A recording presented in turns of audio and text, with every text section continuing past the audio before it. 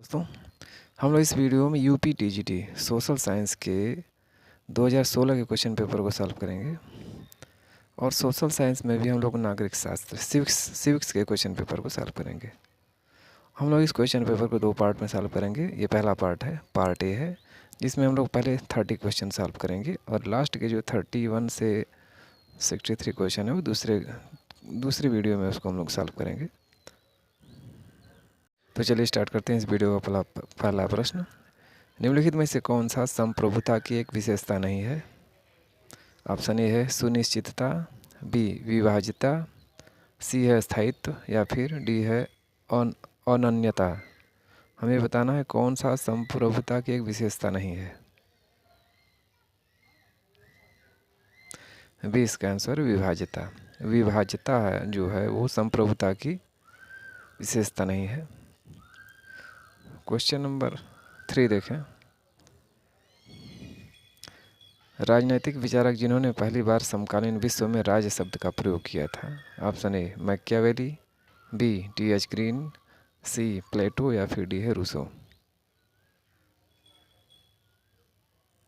ए इसका answer Machiavelli. Machiavelli ने सबसे पहले राज शब्द का प्रयोग किया था। कई राजनीतिक दार्शनिकों का मानना है कि सर्वप्रथम मैकियावेली ने आधुनिक अर्थों में राज शब्द का प्रयोग अपने लेख में किया था। 1532 ईस्वी में प्रकाशित अपनी प्रसिद्ध पुस्तक द प्रिंस में उन्होंने स्टेट राज शब्द का प्रयोग भू क्षेत्रीय संप्रभु सरकार का वर्णन करने के लिए किया था। नेक्स्ट क्वेश्चन नंबर 4 है। निम्नलिखित को ग्रीक नगर राज्यों के नागरिक माना जाता है या का माना जाता है? इसमें थोड़ी सी प्रिंटिंग मिस्टेक है, इसको हम लोग अपने से सुधार लेंगे। पहला ऑप्शन कह रहा है मजिस्ट्रेट है, दूसरा गुलाम, तीसरा स्वतंत्र व्यक्तियों के स्वामी है या फिर डी कह रहा है राजनीतिक विचारक। क्वेश्चन कह रहा है कि निम्नलिखित को ग्रीक नगर राज्यों के नागरिक माना जाता है। किसको नागरिक माना जाता है? सी इसका आंसर है स्वतंत्र व्यक्तियों के स्वामी को। स्वतंत्र व्यक्तियों के स्वामी को ग्रीक नगर राज्यों का नागरिक माना जाता है। व्याख्या देखें। ग्रीक नगर राज्यों के नागरिक स्वतंत्र व्यक्तियों के स्वामी को माना जाता है। उल्लेखनीय है कि नागरिकता की अवधारणा ठीक नगर राज्यों से प्रारंभ हुई। अरस्तु ने अपने प्रसिद्ध पुस्तक पॉलिटिक्स के तीसरे भाग में राज्य तथा नागरिकता संबंधी विचार प्रकट किया है, जिसके अनुसार नागरिक वह है जो व्यवस्थापिका तथा न्याय व्यवस्था के सदस्य के रूप में भाग लेता है तथा वह शासन करने का ज्ञान तथा योग्यता रखता है। अतः नागरिक स्वतंत्र व्यक्तियों का स्वामी होता है। मजिस्ट्रेट, राजनैतिक विचारक, गुलाम, अवयस्क स्त्री तथा विदेशी ये नागरिक की श्रेणी में नहीं आते हैं। Next question number 5।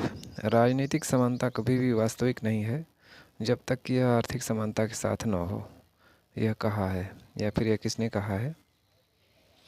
J.H. मिल, T.H. Green, G.D.H. कोल या फिर H.J. लास्की। डी इसका आंसर है H.J. लास्की। H.J. लास्की ने कहा कि राजनीतिक समानता कभी भी वास्तविक नहीं है जब तक कि यह आर्थिक समानता के साथ न हो।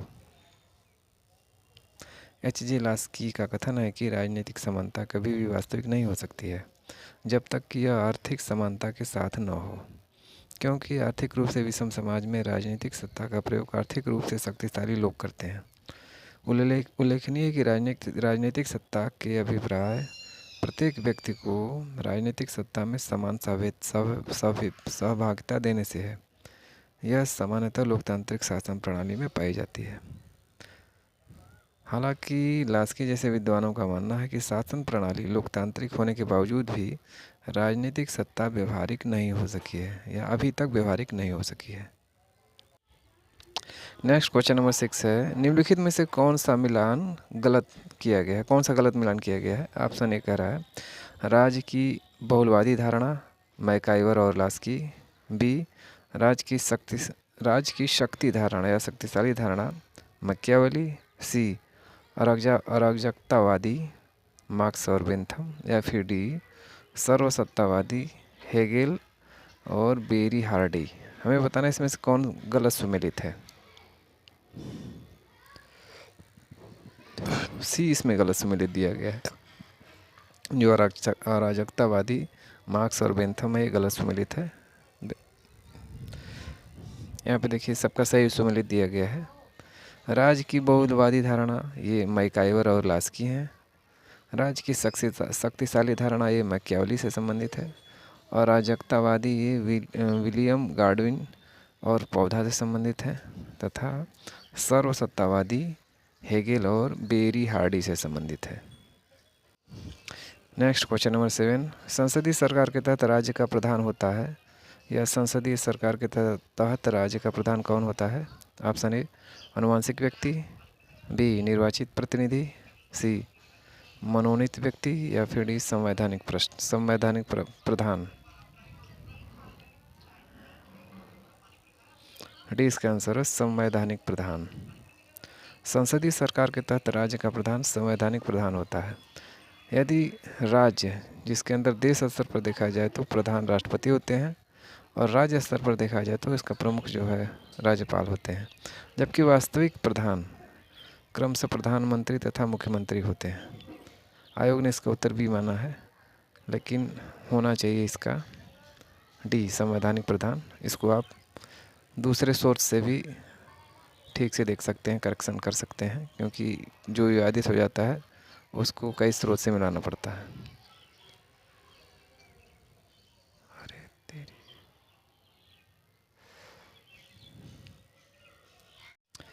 नेक्स्ट क्वेश्चन नंबर 8 है, निम्नलिखित में से किसमें गांधी जी ने पहली बार हथियार के रूप में भूख हड़ताल का इस्तेमाल किया?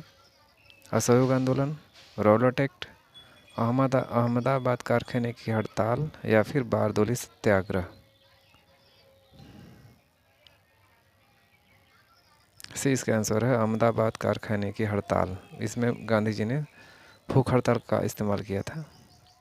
गांधी जी ने अपने जीवन का प्रथम सत्याग्रह 1917 ईस्वी में बिहार के चंपारण जिले में नील की खेती से जुड़े तिनकठिया प्रणाली के विरुद्ध किया था। गांधी जी ने पहली बार हथियार के रूप में भूख हड़ताल का इस्तेमाल 1918 ईस्वी में अहमदाबाद कारखाने की हड़ताल में किया था। नेक्स्ट क्वेश्चन नंबर 9, हमारे संविधान में प्रीवी परसेज और देसी राज्यों के विशेषाधिकारों का उन्मूलन कब किया गया था? प्रीवी परसेज और देसी राज्यों के विशेषाधिकारों का उन्मूलन 26वें संविधान संशोधन, 28वें संविधान संशोधन, 30वें संविधान संशोधन, या 32वें संविधान संशोधन के द्वारा। ये इसका आंसर है 26वें संविधान संशोधन के द्वारा जो है प्रीवी परसेज और देसी राज्यों के विशेषाधिकारों का उन्मूलन किया गया। हमारे संविधान में प्रीवी परसेज और देसी राज्यों के शासकों के विशेषाधिकारों का उन्मूलन करने के लिए 26वां संविधान संशोधन अधिनियम 1971 पारित किया गया था। इसके द्वारा अनुच्छेद 291 तथा 362 को समाप्त किया गया था, जबकि अनुच्छेद 263 को जोड़ा गया था। नेक्स्ट क्वेश्चन नंबर 10 देखें, निम्नलिखित में से किसने तीनों गोल मेज सम्मेलनों में भाग लिया? Sardar Patel, B R Ambedkar, M K Gandhi, या फिर जवाहरलाल नेहरू। बी इसका आंसर है B R Ambedkar. B R Ambedkar ने तीनों गोल मेज सम्मेलनों में भाग लिया था। नेक्स्ट क्वेश्चन नंबर 11, निम्नलिखित में से कौन सा एक संवैधानिक निकाय नहीं है? चुनाव आयोग, नीति आयोग, यूपीएससी, या फिर वित्त आयोग। 20 का आंसर है नीति आयोग। नीति आयोग जो है संवैधानिक निकाय नहीं है। नीति आयोग एक गैर संवैधानिक निकाय है। इसका गठन 1 जनवरी 2015 को केंद्रीय मंत्रिमंडल के एक प्रस्ताव के माध्यम से हुआ। इसका पूरा नाम राष्ट्रीय भारत परिवर्तन संस्था, national institution for transforming India, जिसको शॉर्ट में हम नीति कहते हैं, NITI, ये नाम इसका है। प्रधानमंत्री इसका पदेन अध्यक्ष होता है। इसका गठन योजना आयोग के स्थान पर किया गया है। यह केंद्र सरकार के थिंक टैंक अर्थात बौद्धिक संस्था के रूप में कार्य करता है। चुनाव आयोग संविधान के अनुच्छेद 224 के तहत चुनाव आयोग का गठन होता है। वित्त आयोग का गठन जो है अनुच्छेद 280 के तहत किया जाता है। और लोक सेवा आयोग UPSC का गठन जो है अनुच्छेद 315 के तहत किया जाता है। अतः ये तीनों संवैधानिक निकाय हैं। नेक्स्ट क्वेश्चन नंबर 12, संविधान का अनुच्छेद जो यूपीएससी के सदस्यों को हटाने के बारे में विवरण देता है वो कौन सा है? 323, 325, 317 या 319? सी इसका आंसर है 319। 319 जो अनुच्छेद है इसके तहत जो यूपीएससी के सदस्यों को हटाया जा सकता है। संविधान के अनुच्छेद 317 है इसका सी आंसर है। संविधान के अनुच्छेद 317 के तहत यूपीएससी के सदस्यों को हटाने का प्रावधान किया गया है। इसके अनुसार यूपीएससी के अध्यक्ष या किसी सदस्य को कदाचार के आधार पर राष्ट्रपति के आदेश द्वारा उसको पद से हटाया जा सकता है। अनुच्छेद 319 के अंतर्गत यूपीएससी के सदस्यों को सेवा निवृत्ति के पश्चात सरकारी नियोजन हेतु अपात्र घोषित किया गया है। अनुच्छेद 323 के तहत यूपीएससी का यह कर्तव्य है कि वो प्रतिवर्ष अपने कार्यों की रिपोर्ट राष्ट्रपति को सौंपे। Next question number 13। भारत का राष्ट्रपति यहाँ पे स्पेस दिया गया द्वारा निर्वाचित किया जाता है या किसके द्वारा निर्वाचित किया जाता है? प्रत्यक्ष चुनाव, सार्वभौमिक वयस्क मताधिकार प्रणाली, संसद के सदस्य या निर्वाचक मंडल? डी इसका आंसर है निर्वाचक मंडल द्वारा। राष्ट्रपति को जो है निर्वाचक मंडल द्वारा चुना जाता है। भारत के राष्ट्रपति का निर्वाचन एक निर्वाचक मंडल द्वारा किया जाता है जिसमें संसद के दोनों सदनों अर्थात लोकसभा तथा राज्यसभा के निर्वाचित सदस्य शामिल होते हैं। उल्लेखनीय है कि राष्ट्रपति के निर्वाचक मंडल में संसद तथा विधानसभाओं के मनोनीत सदस्य तथा विधान परिषद सदस्य शामिल नहीं होते हैं। राष्ट्रपति के चुनाव में विधानसभा तथा संसद में जो मनोनीत सदस्य हैं और विधान परिषद के सदस्य हैं ये शामिल नहीं किए जाते हैं। संविधान के अनुच्छेद 54 के अंतर्गत राष्ट्रपति का चुनाव निर्वाचक मंडल द्वारा होता है, इसका प्रावधान किया गया है। राष्ट्रपति का निर्वाचन अप्रत्यक्ष रूप से आनुपातिक प्रतिनिधित्व पद्धति के अनुसार एकल संक्रमणीय मत प्रणाली द्वारा किया जाता है। क्वेश्चन नंबर 14 है, सूची 1 को सूची 2 से सुमेलित कीजिए और नीचे दिए गए संकेतों से सही उत्तर का चयन कीजिए।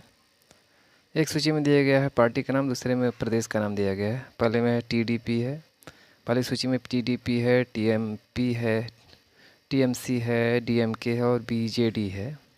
और दूसरी तरफ राज्य का नाम दिया गया उड़ीसा, आंध्र प्रदेश, पश्चिम बंगाल, तमिलनाडु है। हमें सही सुमेलित करना है। इसका हम आंसर देखते हैं। आंसर सी है।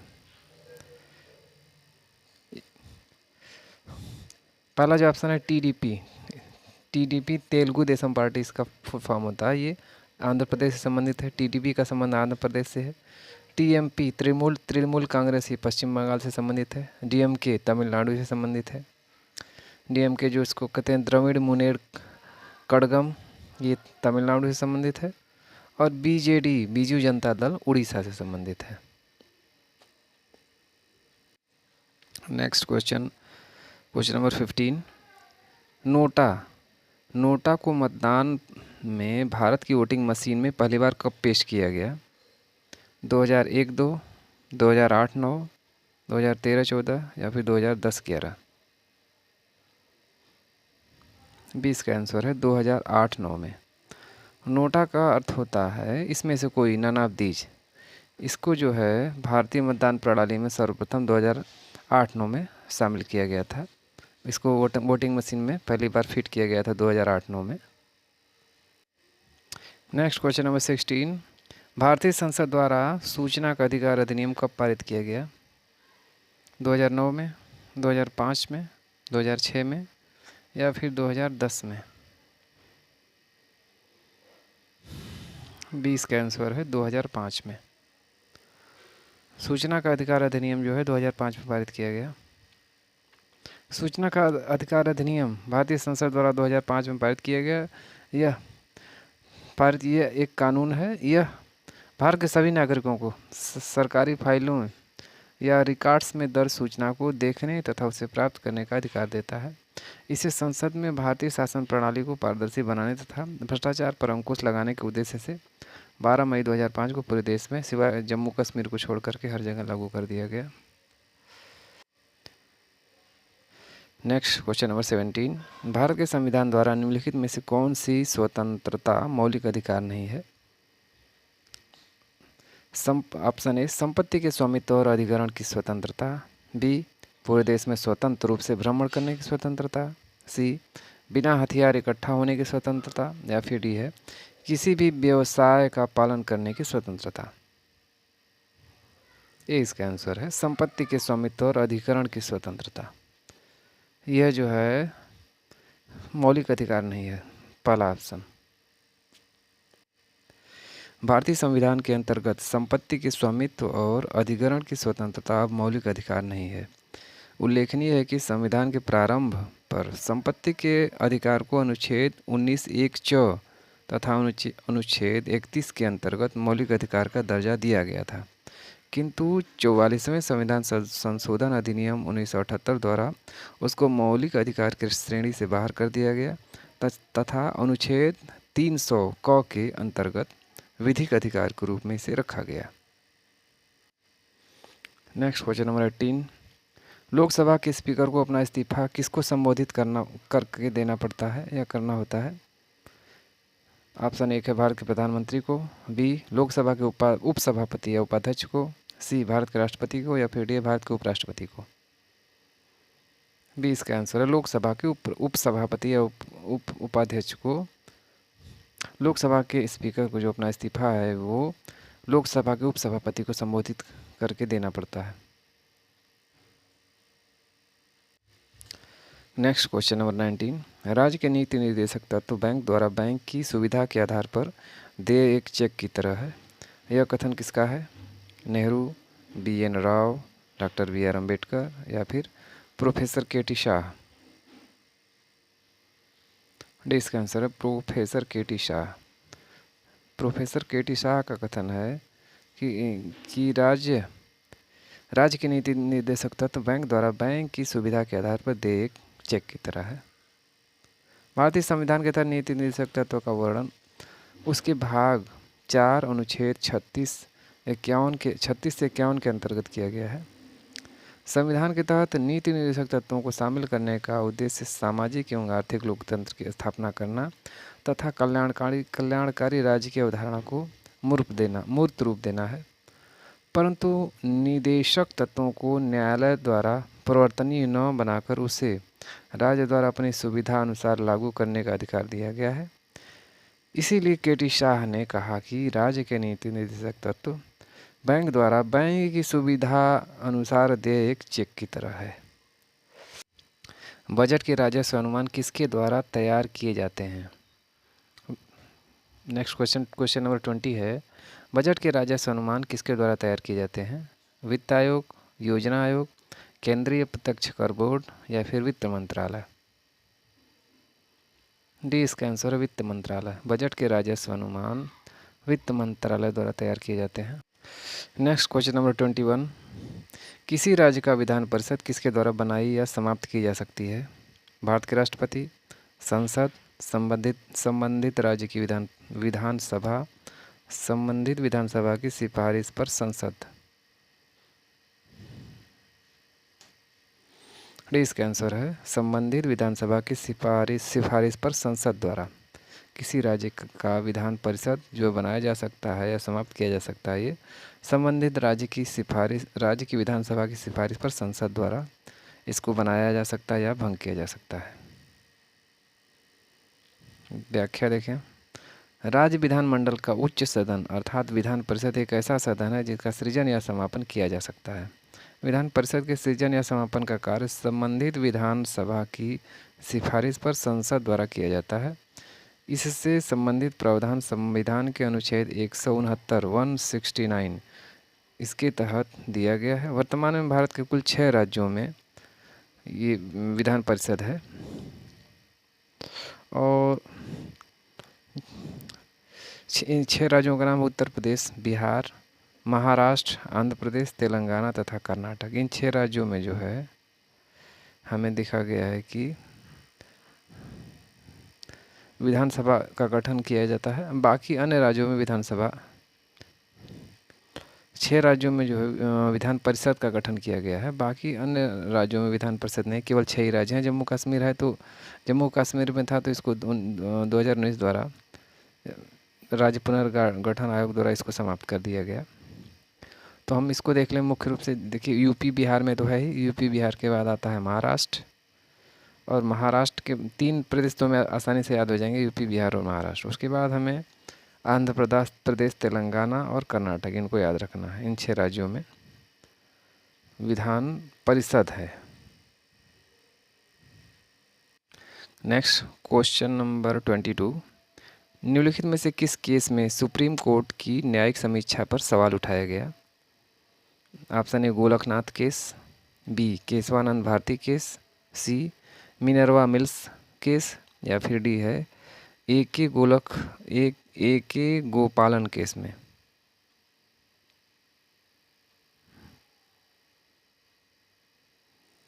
ए इसका आंसर है गोलकनाथ केस में। गोलकनाथ के केस में जो है सुप्रीम कोर्ट की न्यायिक समीक्षा पर सवाल उठाया गया है।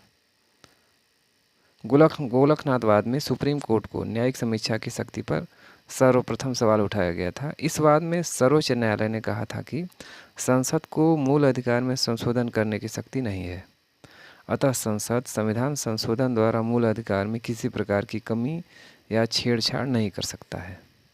ये गोलकनाथ के बाद में ये बात कही गई है।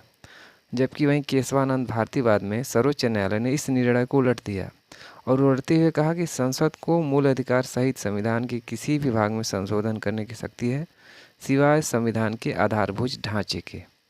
अर्थात आधारभूत ढांचे को छेड़छाड़ नहीं किया जाएगा, बाकी कहीं संसद किसी भी भाग में संशोधन कर सकती है। नेक्स्ट क्वेश्चन नंबर 23, दोहरी नागरिकता की प्रणाली इन जैसे देशों में प्रचलित है? ऑप्शन ए कनाडा और भारत, बी कनाडा और ऑस्ट्रेलिया, सी भारत और यूएसए, या फिर डी है स्विट्जरलैंड और अमेरिका। डी इसका आंसर है स्विट्जरलैंड और अमेरिका। स्विट्जरलैंड और अमेरिका में दोहरी नागरिकता की प्रणाली है, जबकि भारत, कनाडा तथा ऑस्ट्रेलिया में एकल नागरिकता प्रणाली है। भारत, कनाडा और ऑस्ट्रेलिया में एकहरी या एकल नागरिकता प्रणाली है। दोहरी नागरिकता वाली प्रणाली में एक व्यक्ति 2 प्रकार का नागरिक होता है, एक किसी राज्य विशेष का तथा दूसरा उस राष्ट्र का। जैसे अमेरिका में कोई व्यक्ति एक तो संयुक्त राज्य अमेरिका का नागरिक होता है, दूसरा उस राज्य विशेष का जहां वह निवास करता है। नेक्स्ट क्वेश्चन नंबर 24, भारतीय संविधान के अनुच्छेद 1 में भारत को कहा जाता है? ऑप्शन ए राज्यों का संघ, बी प्रांतों का संघ, सी भारतीय संघ, या फिर डी है भारत का संघ। ए इसका आंसर है राज्यों का संघ। भारतीय संविधान के अनुच्छेद 1 में भारत को राज्यों का संघ कहा जाता है। संविधान के अनुच्छेद के तहत कहा गया है कि भारत अर्थात इंडिया राज्यों का संघ होगा, यूनियन ऑफ स्टेट। यह अनुच्छेद भारत के आधिकारिक नाम तथा उसके प्रशासनिक स्वरूप को स्पष्ट करता है। इसके अनुसार भारतीय संघ के 2 आधिकारिक नाम भारत तथा इंडिया होंगे तथा इसका प्रशासनिक ढांचा संघीय होगा। उल्लेखनीय है कि भारतीय संघ को फेडरल संघीय नहीं बल्कि भारत जो है फेडरल या संघीय नहीं है बल्कि राज्यों का संघ है, ये यूनियन ऑफ स्टेट है। नेक्स्ट क्वेश्चन नंबर 25, एक ऐसे व्यक्ति को जिसे अवैध रूप से हिरासत में लिया गया है उसे मुक्त कराने के लिए उचित न्यायिक निकाय द्वारा जारी किया गया लेख है। क्या है ये लेख? क्वा वारंटो, ए कह रहा है क्वा वारंटो, बी परमादेश, सी बंदी प्रत्यक्षीकरण, या फिर डी उत्प्रेषण लेख।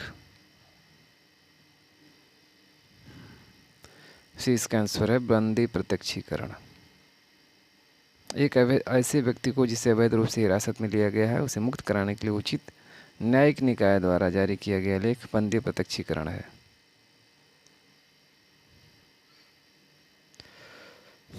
इसकी व्याख्या देखें, एक ऐसे व्यक्ति को जिसे अवैध रूप से हिरासत में लिया गया है उसे मुक्त कराने के लिए न्यायालय द्वारा बंदी प्रत्यक्षीकरण रिट, हैबियस कार्पस रिट जारी किया जाता है। अनुच्छेद 32 के तहत उच्चतम न्यायालय को तथा अनुच्छेद 226 के तहत उच्च न्यायालयों को विभिन्न प्रयोजनों हेतु कुल 5 प्रकार की रीट जारी करने की शक्ति प्राप्त है। इन पांचों रीटों में पहला है बंदी प्रत्यक्षीकरण, दूसरा है परमादेश, तीसरा है प्रतिषेध, चौथा है उत्प्रेषण तथा पांचवा है अधिकार परीक्षा। Next question number 26। राज्य बनाने और समाप्त करने की शक्ति निहित है भारत के राष्ट्रपति में, प्रधानमंत्री में, संसद में या लोकसभा में? सी इसका आंसर है संसद में। राज्य बनाने और समाप्त करने की शक्ति संसद में निहित है। भारतीय संविधान के अंतर्गत किसी राज्य को बनाने अर्थात किसी नए राज्य के गठन या उसे समाप्त करने की शक्ति संसद को दी गई है। संसद को यह शक्ति संविधान के अनुच्छेद 2 तथा अनुच्छेद 3 के अंतर्गत दी गई है। अनुच्छेद 2 के तहत संसद किसी नए राज्य की स्थापना या गठन कर सकती है, जबकि अनुच्छेद 3 के तहत संसद अपने साधारण बहुमत से किसी नए राज्य का गठन या उसके नाम, सीमा अथवा क्षेत्र में परिवर्तन कर सकती है। Next question number 27। भारतीय संविधान के किस अनुच्छेद के तहत संसद राज्य सूची के किसी भी विषय पर कानून बना सकती है? ऑप्शन ए अनुच्छेद 229, बी 239, सी 259 259 या फिर डी है अनुच्छेद 249 249।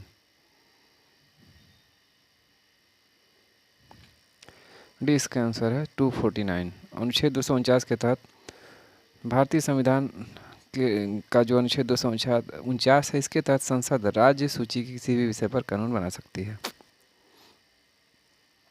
व्याख्या देखें। अनुच्छेद 249 के अंतर्गत राष्ट्रीय हित नेशनल इंटरेस्ट में संसद को राज्य सूची के किसी भी विषय पर कानून बनाने की शक्ति प्राप्त है। इसके अनुसार यदि राज्यसभा अपने 2/3 बहुमत से किसी विषय को राष्ट्रीय हित का विषय घोषित कर देती है, तब संसद उस विषय पर विधि बना सकती है। उल्लेखनीय है कि अनुच्छेद 250, 252, 253 तथा 256 के तहत किसी भी संसद विभिन्न परिस्थितियों में राज्य सूची के विषयों पर विधि बना सकती है। इसके तहत जो अनुच्छेद 250, 253, 252, 53 और 256, इसके तहत भी संसद जो है अलग अलग परिस्थितियों में कानून या विधि बना सकती है। Next question number 28। संविधान का वह खंड जो अंतर्राष्ट्रीय शांति और सुरक्षा के प्रति राज्य की जिम्मेदारी के बारे में बताता है, और कौन सा अनुच्छेद है जो अंतर्राष्ट्रीय शांति और सुरक्षा, राष्ट्रीय नहीं अंतर्राष्ट्रीय शांति और सुरक्षा के प्रति राज्य की जिम्मेवारियों के बारे में बताता है? ऑप्शन ए है मौलिक अधिकार, बी प्रस्तावना, सी राज्य के नीति निर्देशक सिद्धांत या फिर डी मौलिक कर्तव्य। सी इसका आंसर है राज्य के नीति निर्देशक तत्व। राज्य के नीति निर्देशक तत्व अंतर्राष्ट्रीय शांति और सुरक्षा के प्रति राज्य की जिम्मेवारी के बारे में बताता है। संविधान का भाग 4 अनुच्छेद 36 से 51 तक राज्य के नीति निर्देशक सिद्धांतों के बारे में है। इस भाग का अनुच्छेद 51 अंतर्राष्ट्रीय शांति और सुरक्षा के प्रति राज्य की जिम्मेदारी के बारे में बताता है। इसके अनुसार राज्य का यह दायित्व है कि वह अंतर्राष्ट्रीय शांति और सुरक्षा में वृद्धि, राष्ट्रों के मध्य न्याय एवं सम्मानपूर्ण संबंध, अंतर्राष्ट्रीय संधियों व कानूनों के प्रति आदर भाव बढ़ाने तथा अंतर्राष्ट्रीय विवादों को मध्यस्थता के माध्यम से निपटाने आदि के लिए प्रयास करें। Next question number 29। भारत के राष्ट्रपति द्वारा वित्त आयोग, यहाँ पे डॉट डॉट डॉट दिया गया, उसके वर्ष के लिए नियुक्त किया जाता है। या भारत के राष्ट्रपति द्वारा वित्त आयोग को कितने वर्ष के लिए नियुक्त किया जाता है? 2 वर्ष, 4 वर्ष, 5 वर्ष या 6 वर्ष? से इसका आंसर है 5 वर्ष के लिए। राष्ट्रपति द्वारा वित्त आयोग जो है 5 वर्ष के लिए नियुक्त किया जाता है। व्याख्या देखें। भारत के राष्ट्रपति द्वारा वित्त आयोग 5 वर्ष के लिए नियुक्त किया जाता है। वित्त आयोग एक संवैधानिक निकाय है। संविधान के अनुच्छेद 280 के तहत इसके गठन संबंधी प्रावधान दिए गए हैं। वित्त आयोग का गठन जो है अनुच्छेद 280 के तहत किया जाता है। Next question number 30। संपत्ति के अधिकार को मौलिक अधिकारों की सूची से हटा दिया गया है।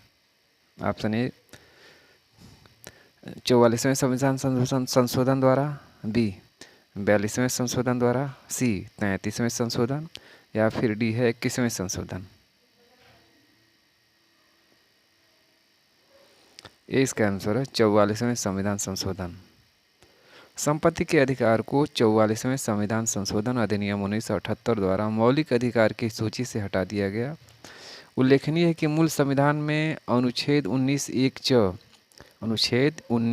च तथा अनुच्छेद 31 के अंतर्गत संपत्ति के अधिकार को मौलिक अधिकार का दर्जा प्रदान किया गया था, किंतु 44वें संविधान संशोधन द्वारा उसे मौलिक अधिकार से हटा दिया गया और अनुच्छेद 300 क के अंतर्गत विधिक या कानूनी अधिकार का दर्जा प्रदान कर दिया गया उसको। इस प्रकार इस वीडियो का ये लास्ट क्वेश्चन था। अगर ये वीडियो पसंद आया तो इसे लाइक और शेयर जरूर करें तथा हमारे चैनल को सब्सक्राइब कर लें और बेल आइकन की घंटी को भी प्रेस कर लें, जिससे मेरी आने वाली हर वीडियो की नोटिफिकेशन आपको तुरंत मिले।